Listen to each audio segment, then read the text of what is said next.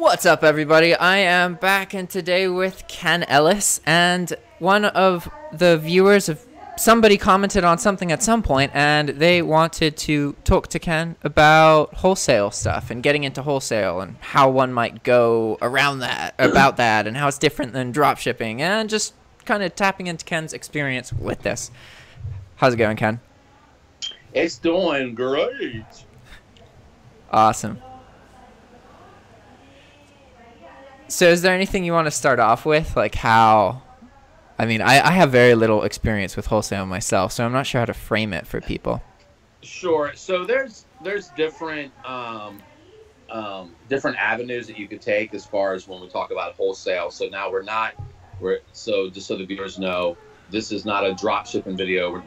We're not talking drop shipping at all. However, it gets to be a little confusing because there's really two ways to wholesale. Let me just throw this out there. So you can wholesale by reaching out or establishing a relationship with an actual supplier, and then you would supply them with your business entity and your resale license and all that stuff. First of all, what you want to do, any wholesaler, there's lots of people on the internet that claim to be a wholesaler. Okay, any wholesaler that does not require a resale license from you is full of shit. They're not a wholesaler. There's someone calling himself a wholesaler but charging you retail prices for something that's wholesale, that they're claiming to be a wholesaler, but they're really just charging you retail prices.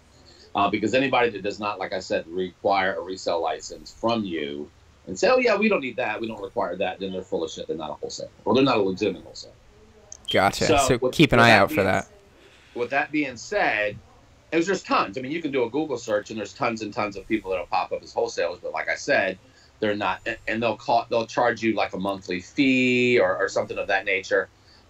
They typically are not wholesalers, or full of shit, and they're just retailers charging you retail prices. So there's a couple of different ways, and when you look for a legitimate wholesaler, it is typically not as easy as just Googling it, because a legitimate wholesaler is just not going to pop up in your Google search. Makes sense. The wholesalers that claim to be wholesalers but really aren't will pop up all day long. So there's two different things when we talk about wholesale. There's two different things we can look at.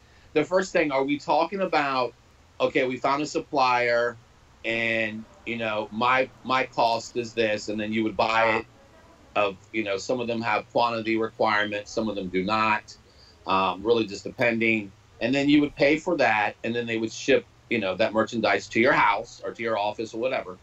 And then you would be the one reselling it, so you'd have to take pictures of it, put it online. Now, sometimes they will already have pictures for you that you can utilize their photos. Yeah, it's stock photos. You don't have to take your own. And typically that would be the case. You wouldn't take your own photos. You would actually use their database and will be able to have access to their pictures and their descriptions as well. But then you would hold the physical product. And the big difference between doing this and drop shipping is you would obviously be responsible for shipping the actual product to the customer once they bought it. Yeah. So that's one way of doing it. The other way of doing it is there are some, if you dig hard enough, there's some legitimate wholesalers that will drop ship for you as well. So you establish a relationship with them, still provide a resale license certificate to them, and then they will drop ship. Like I know there's I'm trying to think of this particular source for a second. Is it Key Imports? Key One. I think it's Key One or Key One Imports or something. Tier 1 imports?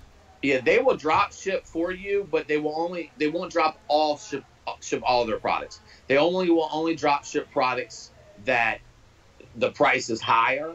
So in other words, they sell like little, like dollar keychains as an example. Yeah. They're not going to drop ship a dollar keychain for you. You would have to buy those in inventory and then ship them yourself. But let's just talk about, they have like let's say a $20 frying pan. They would drop ship something like that. So it really just depends, and you can obviously check that out. There's a site, for example, called inventorysource.com. And what Inventory Source does is a dropship automation software and integrated supplier network. Okay. And so what they do is that if you go there, for example, I'm there now, you probably are too. If you hit the Supplier Directory at top, there's a video that pops up, and then we can hit view or supplier directory, and it wants you to enter your email, which I'm not doing right now. But anyway, so they have a lot of suppliers. This could be anywhere from survival, technical, camping, fishing, hunting, pet products and supplies, adult products and lingerie, bath and body, fragrance, kids, babies, toys, consumer electronics, vitamin supplements, fashion apparel. So anywhere from like, watches. And if you scroll down after you do that, you'll see some of the things that they use. So basically what happens is it's a two-step process. You have to establish a relationship with the supplier on their site, which is, it looks like they have about 150 that's integrated drop shipping suppliers. So you would get a relationship with one of the suppliers, say it was a watch supplier, and then you would send them the resale certificate, and then you would be able to use Inventory Source as integrated software to integrate that particular supplier and their photos and descriptions, and automatically upload that stuff to your eBay store. Yeah, and this form of dropshipping is what eBay has in mind when they talk about dropshipping. It's more kind of traditional, formal approach to it. Right. So if you look at the pricing for retailers, like, for example, you would be a retailer. So here's their channel: Shopify, Amazon, Walmart, BigCommerce, Jet, Honest Green, D&H, CWR, Montaigne, and another one. And then they also obviously have, it shows you how it works. It's got platforms and marketplaces, which is Amazon, eBay, Walmart. Where'd it go? Just lost it. There it is. The eBay, Walmart, blah, blah, blah, and then supplier examples. And then so the pricing, so integrate, automate, and connect. Okay, so if you wanted to do an inventory automation, which means it's like $50 a month, which basically means that's for a store. But if you want to do a full automation, inventory and order automation, it would be like $175 a month. Mm-hmm. Interesting. So I guess you could take this and utilize it. I don't know. Maybe you cannot. Maybe that's talking about if you're a seller like on Walmart, like a marketplace example of Amazon. Yeah, there's more to it. So what about, because now we're back into kind of drop shipping, and I wanna talk and explore more these concepts of selling more traditionally on eBay and wholesale. So not just like how to find a wholesaler, but that concept of working with a relationship and establishing that you want to buy their products, that kind of thing. But also, like, let's talk about thrifting. Have you done much of that on eBay? Oh, sure. And before we jump in, and just to go into obviously, if you're going to buy wholesale, you're going to get a lot. Your ROI is going to be much better. Yeah. Than if you're just, drop shipping from Walmart, Home Depot, whatever. You're going to have a better return of investment. I understand a lot of people don't have that investment to make in order to buy a product like that. That's why they just drop ship retail arbitrage. That makes sense. Yeah. So that's why most people will do it. But I would say that if you had the investment, buying the inventory, wholesale, you're going to get a better ROI than you ever would get trying to just drop ship product. As far as thrift store is concerned, yeah, I guess it depends on where in the country or the world or whatever you are. So the census is there's niches like anything else. So we could talk about coffee mug niches. Yeah. Now, obviously, we know the Starbucks coffee mugs that have the different states, on those mugs. I don't know anymore, but at one time went for a good amount of coin. Yeah, it's just knowing the ones that are worth money and the ones that aren't. So you have to flip the cup upside down and look at who made the cup and what's the deal about the cup and stuff like that. So that's a niche that you would have a learning curve because you'd have to learn about coffee mugs, right? Mm-hmm. So women's clothing, the same thing. You have to learn about women's clothing, what brands are very popular, what brands are worth money, which brands are just junk. So you don't want to go into a thrift store and pick up, oh, these look like nice jeans. Oh, they look like nice jeans, but they're Target jeans. They're not going to sell for nothing. So shoes is the same thing. So learn the niche of women's shoes, men's shoes. I mean, there's men's shoes that you can pick up at a thrift store, for $4, $5, $6 and flip them for $150. Now, that's obviously not going to be every shoe in the thrift store, but if you know what shoes to look for that have a high resale, like Allen Edmonds as a good example, that have a very high resale value, then that's what you do. So we go men's shoes, women's shoes, then we have ladies' clothes, women's clothes, and we have sportswear, and then we have, but all these are different little niches that you have to basically really know, because you can waste a lot of money if you don't know what you're doing. You can't just go in the store and buy something because you think it looks cool. It has to, I mean, you could for yourself, but I mean, it has to be, you have to know a little bit about You have to know the niche. market, yeah. And we could go to antiques, we could go all kinds of stuff that you could go into a niche about. And then my advice to that is you usually start with one niche, master that niche, be profitable in that niche, and then if you want to move on to additional niches, you know, go and do that. Yeah, keep following your interests. You're going to have more of a return on your investment, because you are, you know, you could go to, you know, there's other YouTubers obviously on YouTube that do nothing but that, but there's more work. Because now we have to go out and we have to source every day. Now we have to go out and we have to, you know, obviously know the niche that we're in and have some learning curve there, and go to several different thrift stores, do a bunch of thrifting. Then we have to sort when we get home. Then we have to take pictures. Then we have to write descriptions. And we have to ship. And then we have to, you know, so there's a lot more work. But again, the ROI is going to be much more significant. And you're in control of everything. It's way easier to stay in good terms with eBay. Right, because, you know, something's likely never going to happen in case you're just lazy and just don't want to ship shit. But you have that control. So if someone buys a pair of Allen Edmonds shoes for $110, take the shoes, put them in a shoe shipping box with the UPS, print out the label, bam, it's done. Yeah. You know, you made that money. You're not going to drop shipping. The traditional drop shipping, as we know, typically has very, very, very small margins.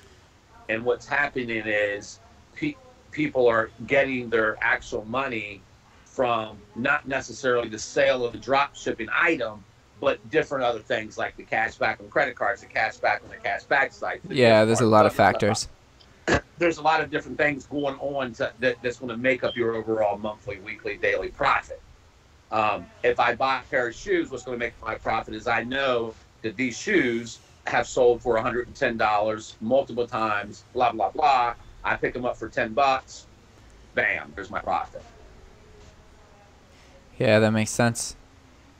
I think it's good to if you are in the U.S. at least. This doesn't work as well overseas because it's not easy to physically sell things on eBay. Even if you're just a dropshipper at the moment, if there's like any point in your day where on the way back from work or whatever you pass by thrift stores, it's a good thing to like find existing habits you have, and if you can add like 10 minutes just to go into that store you normally browse by, that's how you find the good deals. It's not going somewhere once. It's going on a habitual basis, and then you catch things, Well, not only that, it's not just thrift stores. So it's thrift stores, it's garage sales, it's estate sales, it's all these other different sales. There's church sales. There's all these different other sales that you want to be able to have your eye open for, and go and do that. And that's just one avenue. Yeah, one source. There's also other people that resell in bulk. So in other words, I have someone that has a relationship with Macy's. Like I know a girl, for example, that has a relationship with Victoria's Secret Pink. And she gets about 2 tractor-trailer loads of Victoria's Secret brand new clothing every single month. So she will lot together, let's say, 300 pieces of brand new Victoria's Secret. She'll sell that to you. You buy it. They retail for about 40, 50, 60 bucks a piece. Yeah. You're paying around $8. You're paying about $8 a piece. So there's, like I said, there's an investment there. There's somebody that has a relationship with Lord & Taylor, with Macy's, with Elaine Bryant for like larger size for larger women, and they will be able to buy, maybe 3, 4, 5, 6 cases of Elaine Bryant clothing every single month. Those types of sources aren't really that hard to find, but again, you have to have investment in order to take advantage of that kind of stuff. Yeah. Well, country. 139,000 miles. 500. So, I mean, that's how you would handle that. But it's more work. I mean, most people I take that are in drop shipping basically are You know, like I said, I understand if you're in another country, it's much more harder to send physical product. I mean, people do it. I mean, there's lots of China eBay sellers that ship shit from China. You know what I mean? But there's some red tape and some things that they go around to be able to offer free shipping, because there's a treaty with the U.S. and China that basically states that anything that's under a certain price mark, they don't have to pay shipping. What? That's crazy. So, you know, like I said, there's lots of obviously options out there to make money doing this.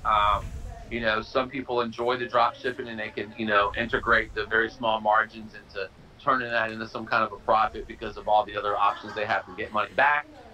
Some people love to thrift. They just love to go out and pick stuff. They love, oh, wow, I just for $6 we can get $80 for this, you know. It is pretty fun and thrilling. I definitely, I relate to that. But, you know, the whole, you know, you can, and if you don't know what you're doing, you can walk past something that's really profitable but don't know it and didn't pick it up. You know? Just like, oh, this is like a piece of junk. You know, for example, I told you this before, I picked up an Tony Robbins, a whole set of, like, I don't know, 15 CDs, like one of his programs, and it had a little dent on the plastic part of the case. And so they sold it for like $3, but I think I sold it for like $220. Damn. Because he's, you know, Anthony Robbins is a big motivational guru. A lot of people like him, and they want to get his stuff. They just don't want to pay fucking $1,200 for his shit. But, you know, so they'll pay, you know, a couple $100, and I was only out, so my ROI was huge on that. Yeah. How do you, let's say that somebody listening wants to get started into wholesale, like they have that desire but they don't really understand how to go about it. Like, say they have an existing eBay account, or maybe that's how they want to start and then they want to drop ship later, who knows. What would you recommend to somebody who's trying to get into it? There's all kinds of so the answer to the, I would answer it like this. If you have, for an example, if you have a product that you have researched and you think would sell, or you've researched it and know that it does sell, obviously one of the things you could do is reach out directly to the manufacturer. You know, send them an email, say, hey, you know, I see you're the manufacturer of this product, and I have a retail store, I have an e-commerce business. I'd be interested in selling your product. So what would I need to do in order to communicate, reach out? Wholesale process. What's the wholesale process on your products? So they're going to send you an email back saying, oh, you know, thank you for the email, blah, blah, blah. And, you know, so this is what you would need to do. Typically, it's, you know, show us a business license, show us a resale certificate. They're going to ask you stuff like what platforms do you sell on? They're going to ask you, you know, how much business you generate typically, that kind of thing.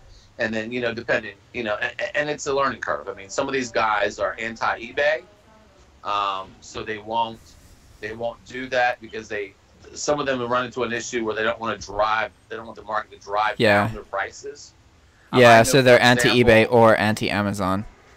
Like, I knew, for example, I was trying to work with Sharper Image, and Sharper Image would not, and I was talking to the guy that sets up the accounts. Sharper Image will not deal with anyone on eBay or Amazon. They just don't want their products on those platforms because they feel like, you know, they don't want you to either increase whatever their price point is or decrease it. Yeah. They want you to do either one. They want brand control.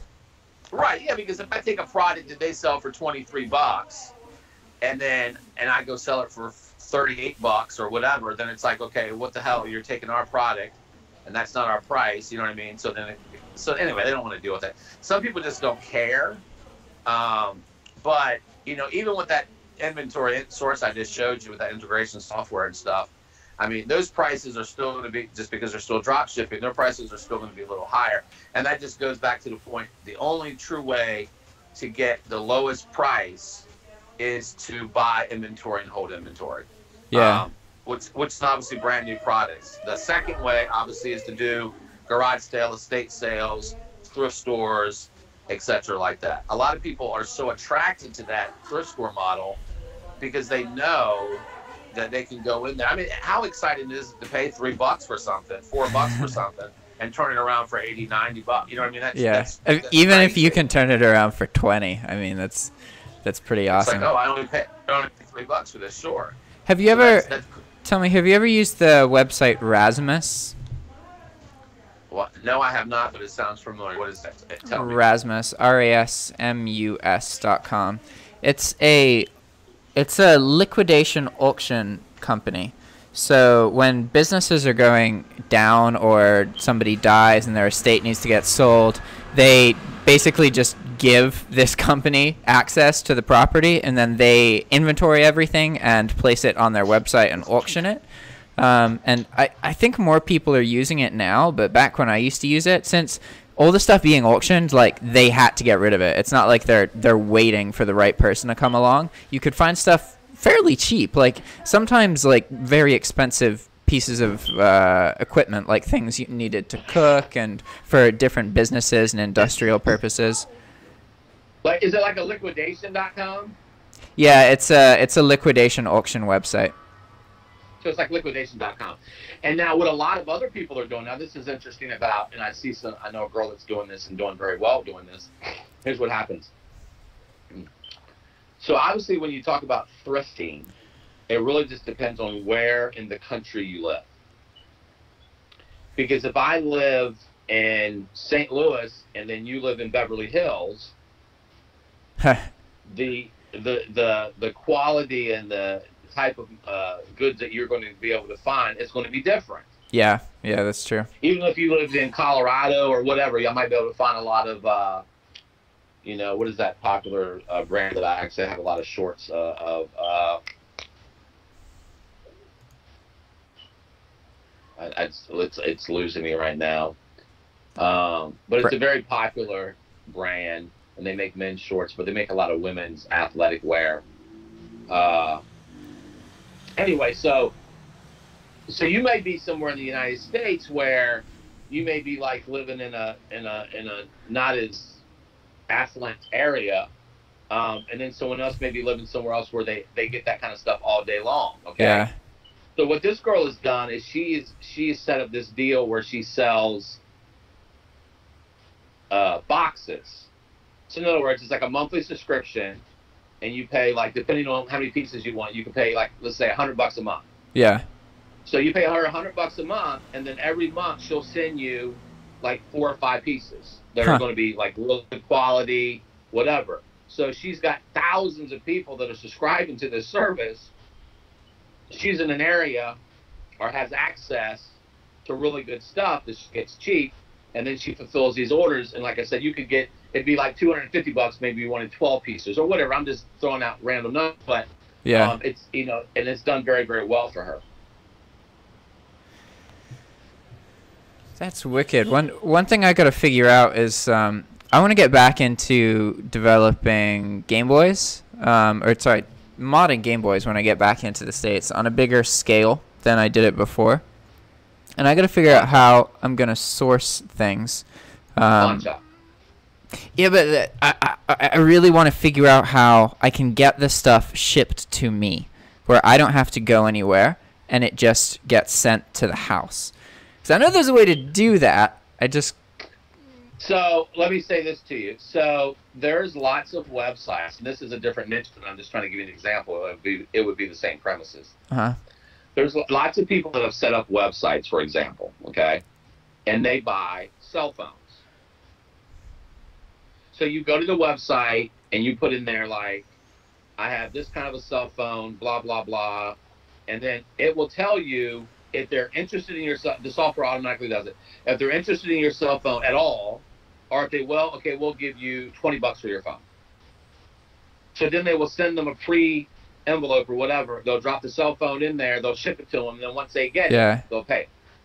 So you could set up a site that would do video games, but you would have to obviously have the price point of what you're willing to pay for the video games. Person would go there, drop the video game in the deal, you get the video game, and then pay them. Yeah, I really like that. Anything that gets the materials sent to my house, and then I just use tools and my experience to work them into a product, and then that product gets sold.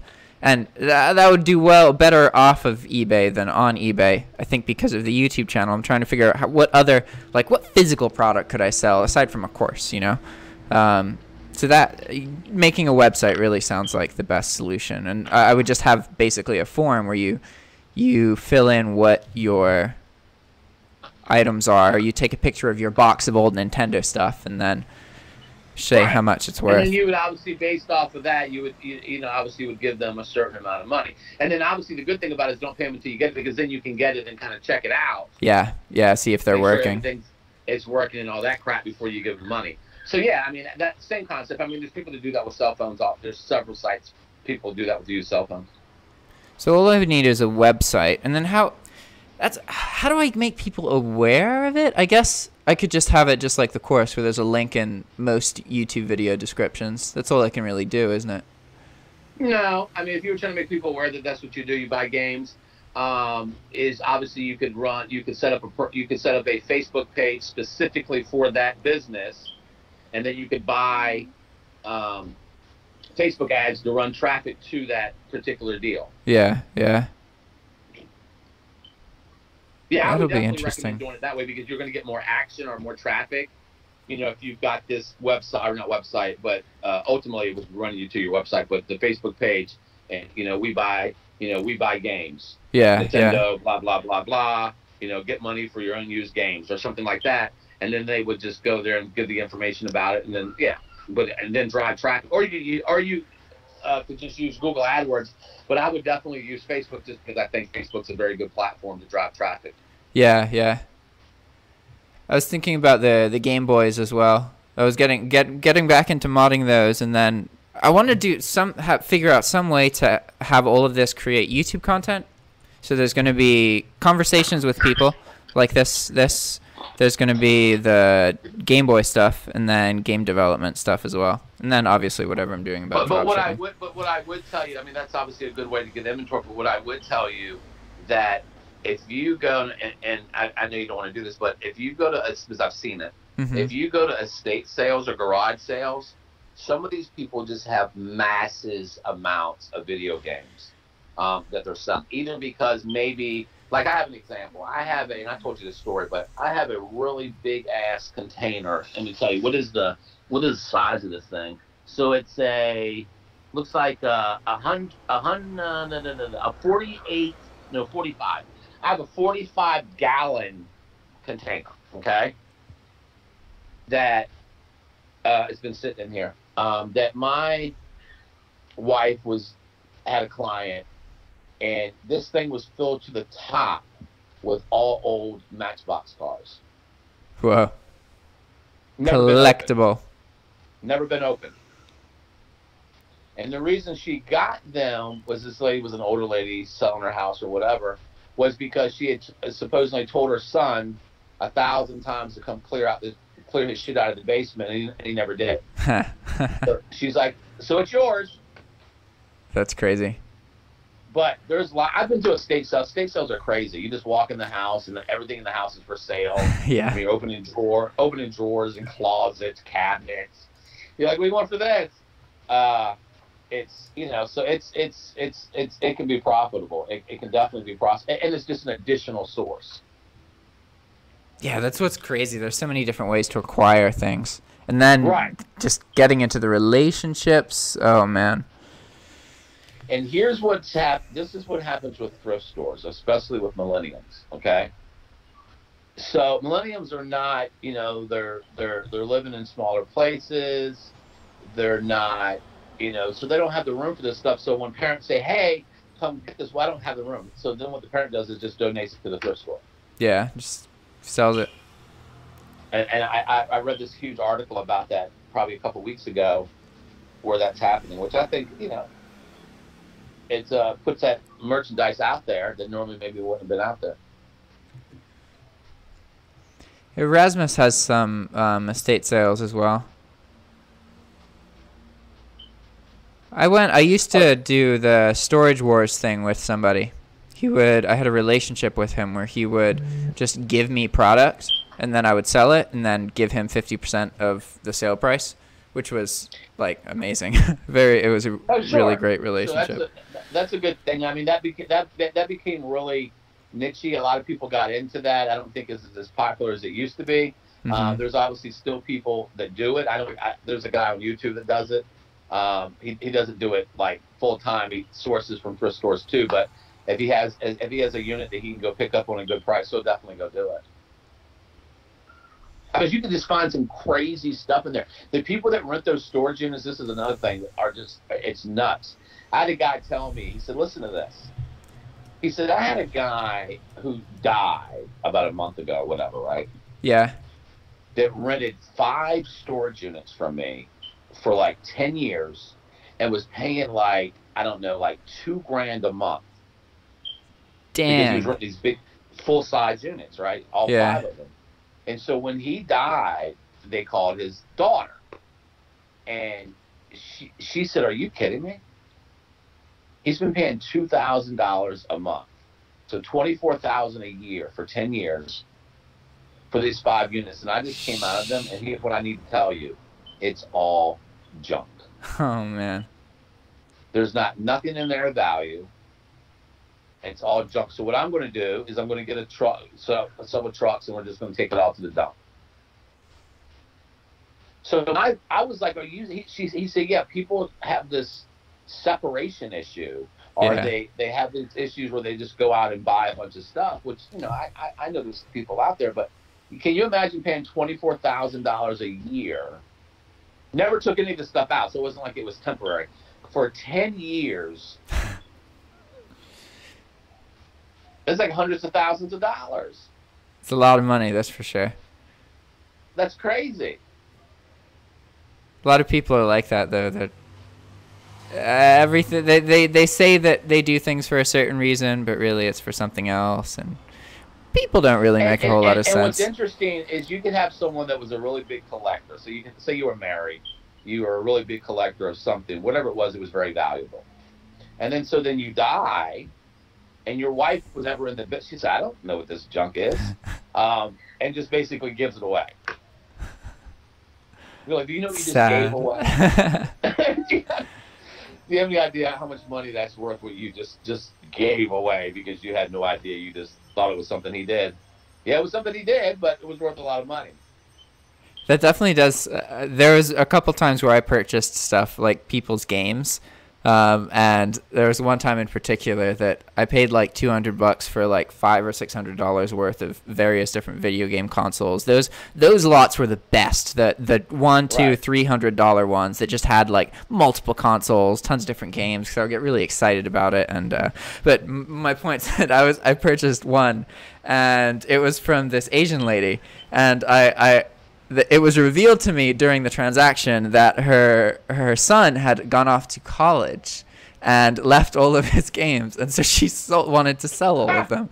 And I literally was almost thinking about just being like, oh no, I can't do this. I can't buy this person's games when he doesn't necessarily know his mom is just getting rid of all of them.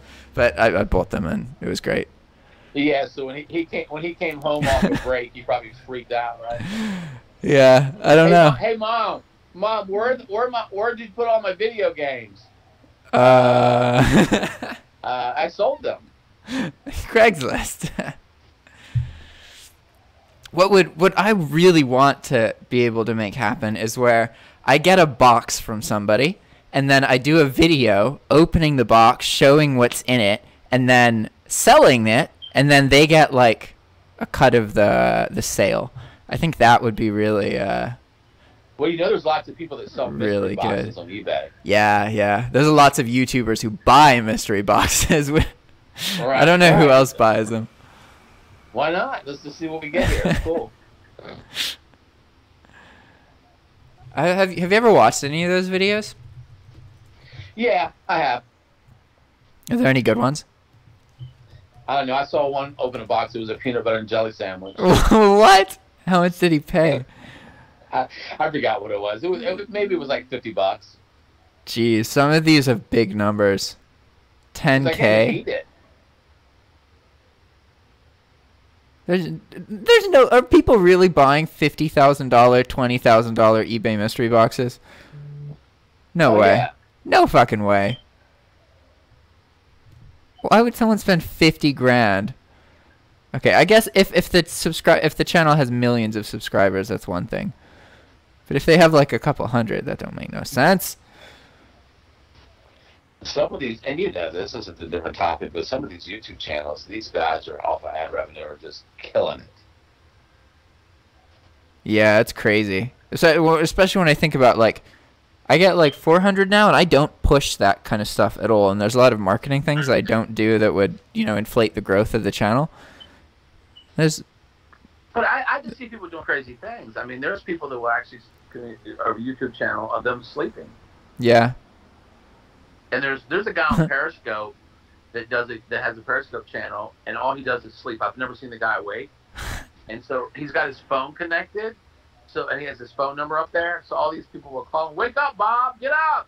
And you can hear the messages because it's like one of those old machines, not one that's actually in the phone. And all these people he will be up there for hours. And people will just call the phone number and leave messages, and you can hear the messages they're leaving because he's got the Periscope running. And it's nuts. And the guy never wakes up, though. Never. That's I've crazy. Never seen the guy wake. So he basically live streams his sleeping sessions. Right. That's insane. It's amazing what people will watch. Right. That's another thing. It is amazing what people will watch. As long as it's consistent. They'll watch you cooking, they'll watch you eating, they'll watch you, anything they'll watch you doing. Pooping? Let's see.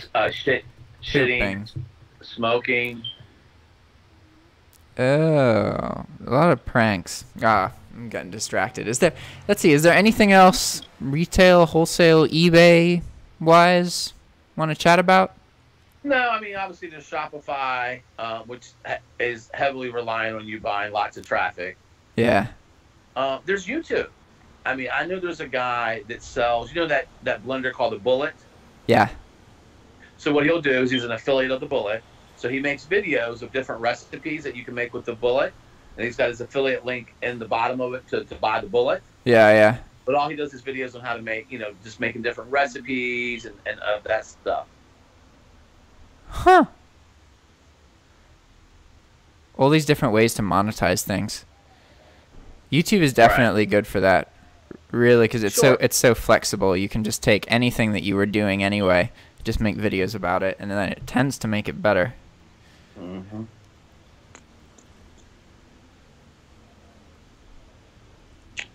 Anyway, so I hope that was helpful to your viewers. And if they have any questions, they can post it in the comments. You either get back to me or I can answer them when I read them. Yeah, definitely. Reading I'm getting to a point with the channel where I can't really respond to the comments all the time. But I do try and read all of them. And it's a great way to get ideas for video. Like, you could make videos every day for years just off comments alone once you get some momentum. Right. So at one point you talked about making a YouTube channel, right? Is that something you're still interested in? Yeah, I got a busted up nose right now from the accident. Yeah. Yeah, I do. I do. I was just actually chatting with someone the other night about that and trying to put some content. I've got some ideas that I'd like to be able to do. I actually like to run a 24-hour stream, a 24-hour live stream, and obviously we'd have to build up the audience. Yeah. And just be able to sit there for 24 hours and do my normal things, eat my dinner and my lunch, and basically answer any questions that people may have throughout the thing.